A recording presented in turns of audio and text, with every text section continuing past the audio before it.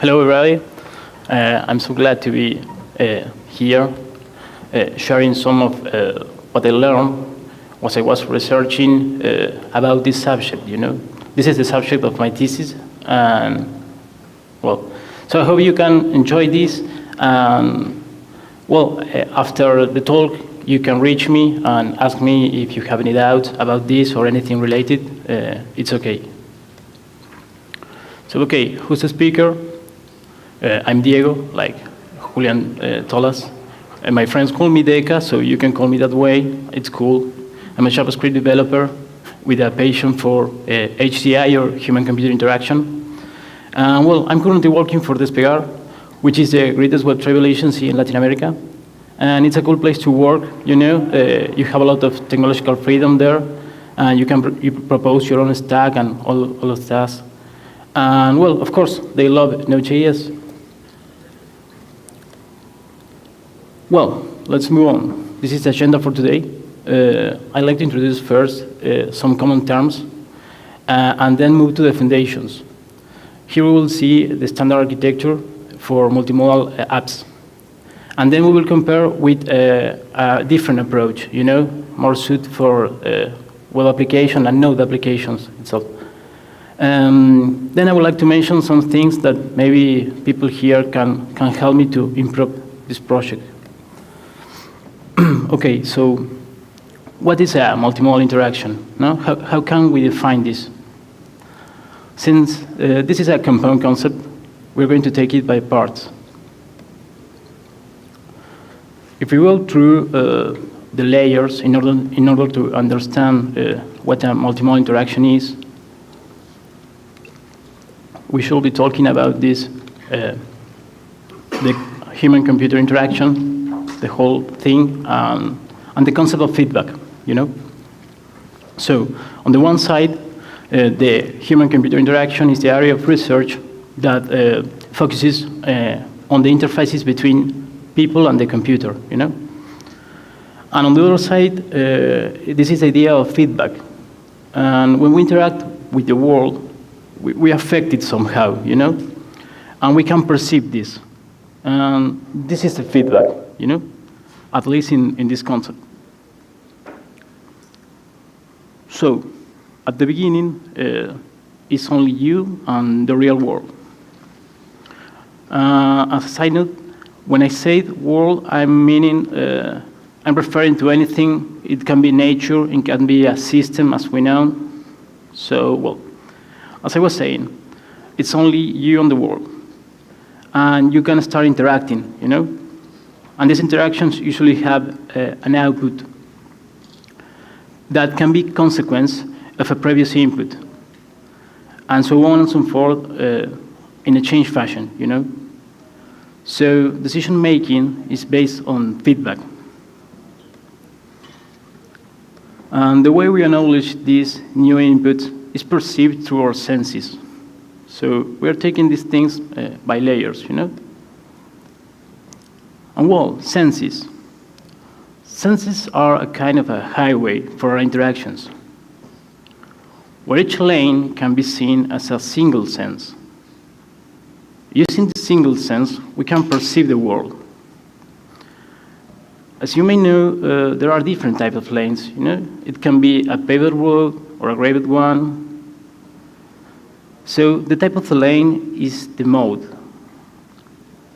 The feedback we get from this mode defines an interaction. So it's like an exchange. And when we focus on two or more of these modes, we are dealing with as a multimodal interaction. It's taking it as a whole. For example, touching something to indicate maybe a gesture, and then receiving a confirmation sound. This is a multimodal interaction. And this may sound trivial at the beginning, but it can get complex easily,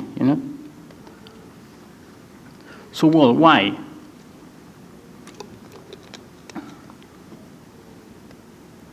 Why are multimodal interactions important? I think this is important to me when I receive any new kind of concept to have like a foundation, to have somehow a why I'm learning this, why I'm receiving this information. So these are some aspects to consider. We can say multimodal interactions are an important tool to make the human-computer interaction more accessible by allowing more natural interactions. Following this line, accessibility can be improved. You know, the same way we are adding more interactions, modes into a system, we are like adding new hardware devices, and it's like you are adding more doors to your application, to your system. It's like there are more ways to enter to your system for people, you know?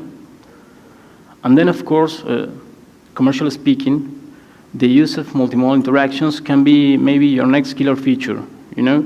Users can not only get a better user experience, but overall, the ultimate goal is to get the user maybe accustomed or why not addicted to our system because of this new way to interact with the system, you know?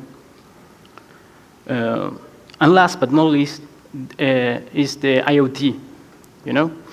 IoT is a green field for multimodal interactions because it's all about it, you know? We can benefit from the use of sensors and actuators, and we can create easily prototypes with a low cost. You know, projects like Shiny5 makes things even easier because they make things super easy to connect with the node world. You don't have to code Arduino or something like that. You are always with kind of the same code base, you know. So, well, now that we have some concepts in mind, you know, some new thing in mind, let's see some common multimodal interaction architectures.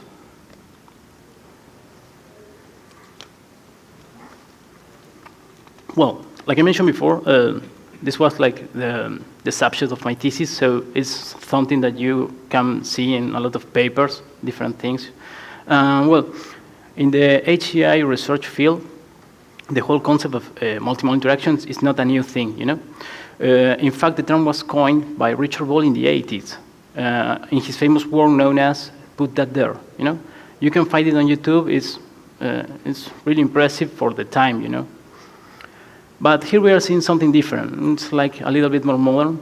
This is from Bruno Dumas et al., another important researcher on the field. And this is the suggested architecture for building multimodal applications. This graphic is important because we can see some key aspects that any multimodal library or framework must contain or at least known about. So, technically speaking, in section 1, I think there is section 1, you have the input modalities, you know? This is like the way we get data into the system. They are in charge of sensing the world and generating the system input. You know? This raw input goes into a thing called recognizers. And these recognizers, their job is to normalize this data to something that we can use later. And this is section 2. In section 2, we have some data, and we can start analyzing it. We can start using it. This is a part of a multimodal interaction system. In charge of this part is usually known as the fusion engine. And this component combines the data into something that we are going to call interpretations.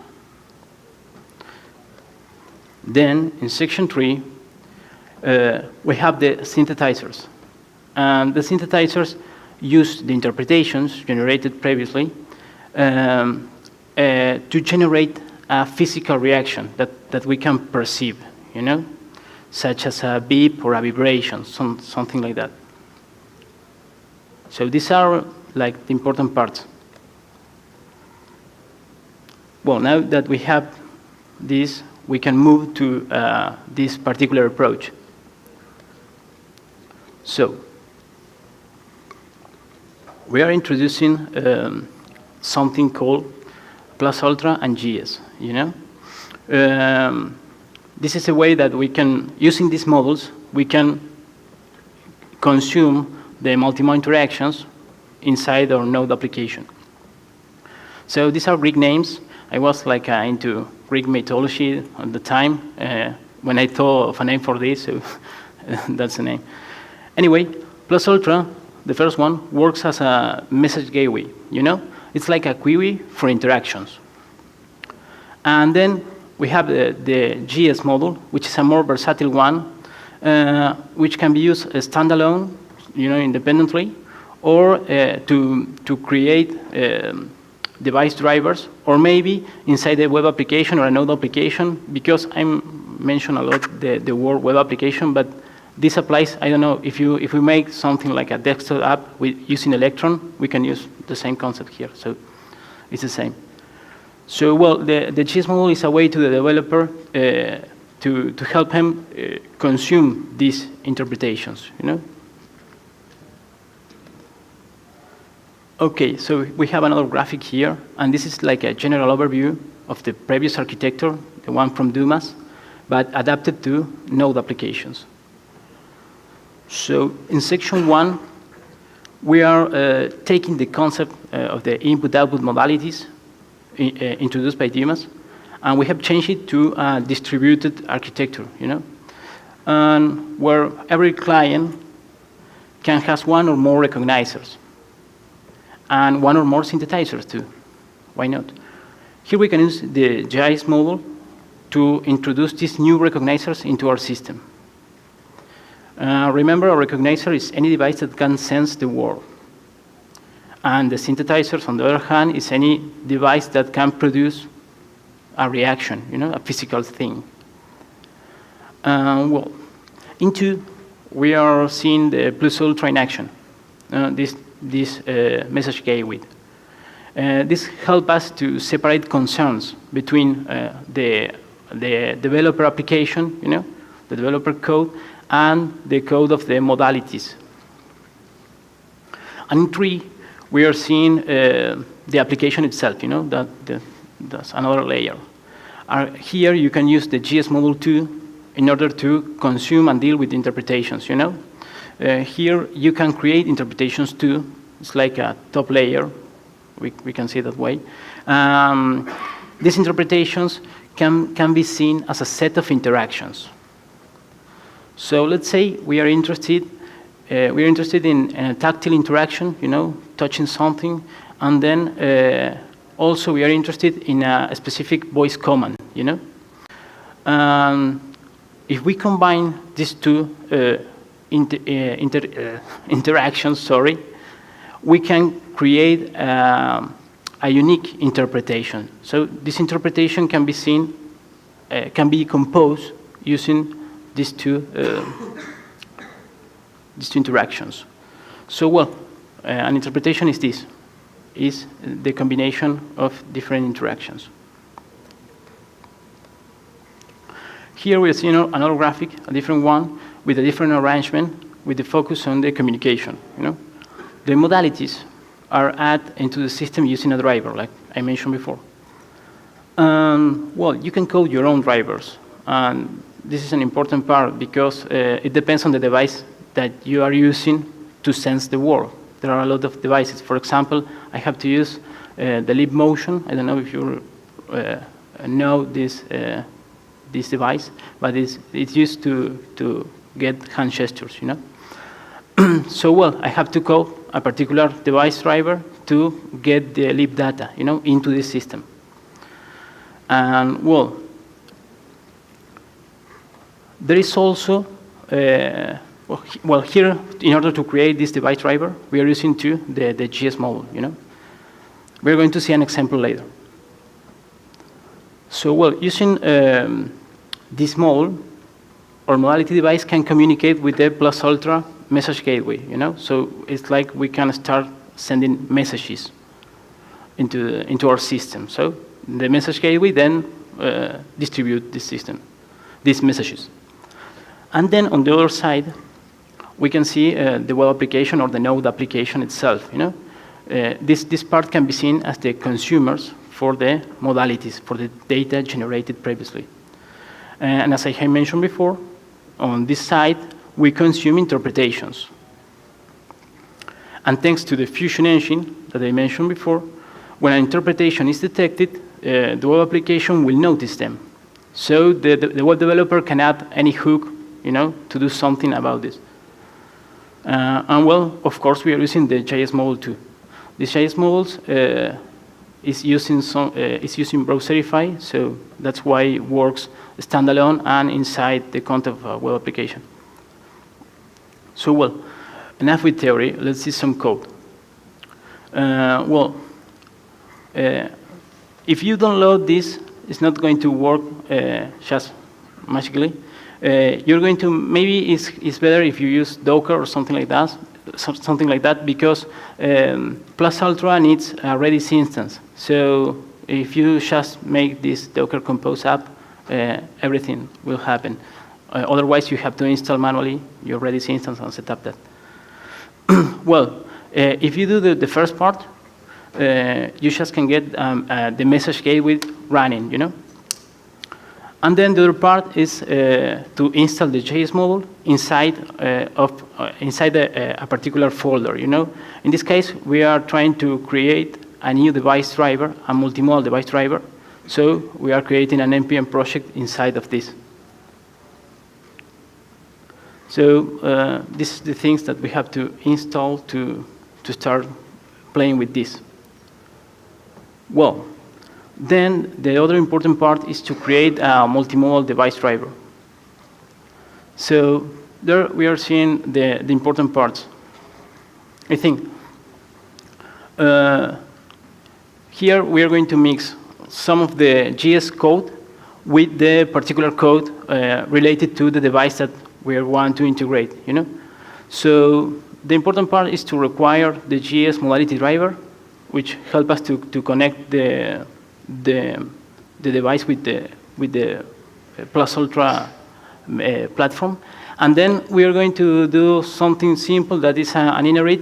It's like we are like composing somehow our code with the code of the tool. Then there are some important methods that we can call. There are more than that, but it's just to get an idea. The fission one or the new event. If the code that they put inside the fission will be called when a fission happens, and the fissions are related with the synthesizers. So when a fission happens, we have the chance to synthesize something and create a physical response. The most common example for a physical response is to create a vibration. That's a really super simple example. Well, that was the part to use it to create a device driver, a multimodal device driver. But then there is another part, which is the application side, So, well, here we are using this inside of our node application. So we have first we have to create an instance of the JS. The Plus Ultra platform was think to be like a PaaS, a platform as a service. So that's why it needs or requires an app key, but never mind, forget that. The thing is that we have to create an instance at the beginning and authenticate it. Then we create the modality. This first part is like an abstraction. It's like metadata, something like that. Then there is then when you have a modality, then you can instance a modality driver, and then you can connect your modality with the driver. So one modality can use one or many drivers, different drivers, and maybe you can change it in runtime. So we are connected with a specific driver that can do something physical, that can sense the world somehow, or that can create an interaction somehow. Finally, we are going to add this modality into the system, So this is just as simple as add the modality. When the modality is connected to the system, the thing that happens is that every message that the modality sends is going to be distributed between all the clients. So, well, we're getting closer to the end of the talk. So if you are interested in some of the concepts that I have introduced, you can make your contribution, to help this project to become a better one. And here are some things that maybe we can work on. I found these three topics like the most important ones to be tackled in order to get a better project. So one of the things that we can do is to experiment a bit using WebRTC to enable peer-to-peer interactions. This way we can remove the plus alter, the message gateway requirement, or maybe distribute that thing. And also thinking about peer-to-peer interactions as a concept feels natural, And well, another aspect for improvement is to try to think to define interpretations maybe as components. There is a W3C spec that mentioned this, and maybe we can base on this. The final thing, last but not least, is the developer experience. The current API is really bad. I'm sorry for that. At that moment, it wasn't a priority. I was trying to create a proof of concept, but if the project moves on, we must to deal with it somehow. And I think we can explore more like a reactive or a functional way, to improve the API. So, like I said, if you have experience with any of these concepts or technologies and you are interested in the project, well, maybe your help is welcome. Here, there are some project repos, links. And, well, that's all. Thank you very much.